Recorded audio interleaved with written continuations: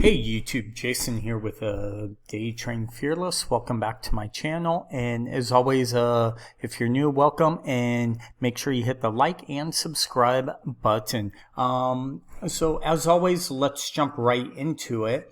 What this is another Thinkorswim tutorial, hidden secrets, right? How to. So here's one that's really helpful is if you go to styles.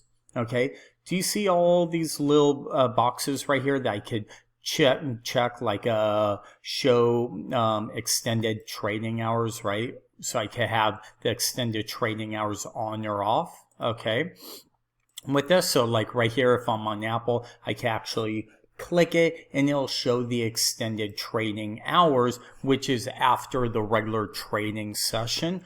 To be able to get those, what you want to do is go into the little wheel wrench right here, go to any of these and see these little boxes right here, highlight studies on hover, right, synchronized crosshair, show high low. So let's add this.